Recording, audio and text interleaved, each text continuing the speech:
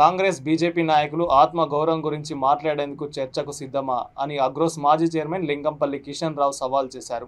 హన్మకొండ జిల్లా కాకతీయ హరిత హోటల్లో విలేకరుల సమావేశంలో ఆయన మాట్లాడారు.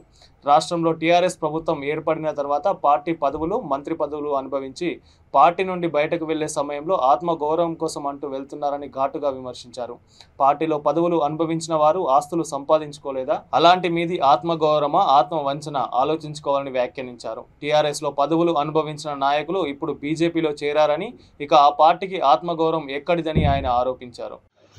ఆస్తిపాస్తులు సంపాదించుకొని గౌరవాన్ని అనుభవించి అధినేత దగ్గర అన్ని విధాల లబ్ధి పొంది పార్టీలో పదవులు అనుభవించి పోయిన వాళ్ళు ఒక అద్భుతమైన పదాన్ని ఆత్మగౌరవం, మరి ఆత్మగౌరవము అది ఆత్మ వంచను. ఒకసారి నేను ఒక సీనియర్ 2001 ఉద్యమకారుడిగా నా యొక్క అభిప్రాయాలను ప్రజాస్వామ్యంలో ఎవరికైనా రైట్ ఉంటుంది. నా యొక్క అభిప్రాయాన్ని మీ ద్వారా ప్రజలకు చెప్పాల్సిన బాధ్యత నాపైన ఉంది కనుక ఇవాళ వరంగల్ జిల్లా పత్రికా ముఖంగా, మీడియా ముఖంగా మీ ముందు మాట్లాడుతూ ఉన్నా. గౌరవనీయులు నాడు తెలంగాణ ఉద్యమంలో పనిచేసిన దిలీప్ కుమార్ గారు,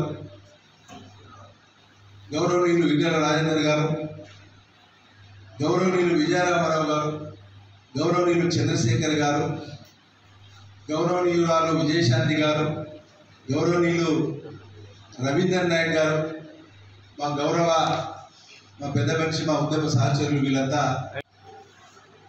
ఇలా మంత్రి పదవి చేసిన వాళ్ళు ఎంతమంది ఉన్నారు? నేను చెప్పింది అట్లా తెలంగాణ రాకముందు మంత్రులు అయిన వీళ్ళు, తెలంగాణ రాకముందు ఎమ్మెల్సీలు అయినరు, తెలంగాణ రాకముందు ఎంపీలు అయినరు, తెలంగాణ రాకముందు మరి వీళ్ళందరినీ బ్రహ్మాండంగా గౌరవించి ఉన్నత స్థాయిలో కూర్చుండబెట్టినటువంటి ఒక వ్యక్తి కల్వకుంట్ల చంద్రశేఖరరావు గారు, తెలంగాణ రాష్ట్ర సమితి పార్టీ. ఇవాళ కార్పొరేషన్ చైర్మన్ అయినరు, జిల్లా పరిషత్ చైర్మన్ అయినరు. ఈ విధంగా అయినటువంటి వ్యక్తులు మరి ఆత్మగౌరవం మీద మాట్లాడుతున్నటువంటి ఒక విషయాన్ని పార్టీలో అనుభవించి పూకుంటూ మాట్లాడి ఆత్మగౌరవాన్ని మాట్లాడే విషయాన్ని మరి ఆత్మ వంచనగా భావించాలని వారు మాట్లాడినటువంటి మాటలు నేను తీవ్రంగా ఖండిస్తాను.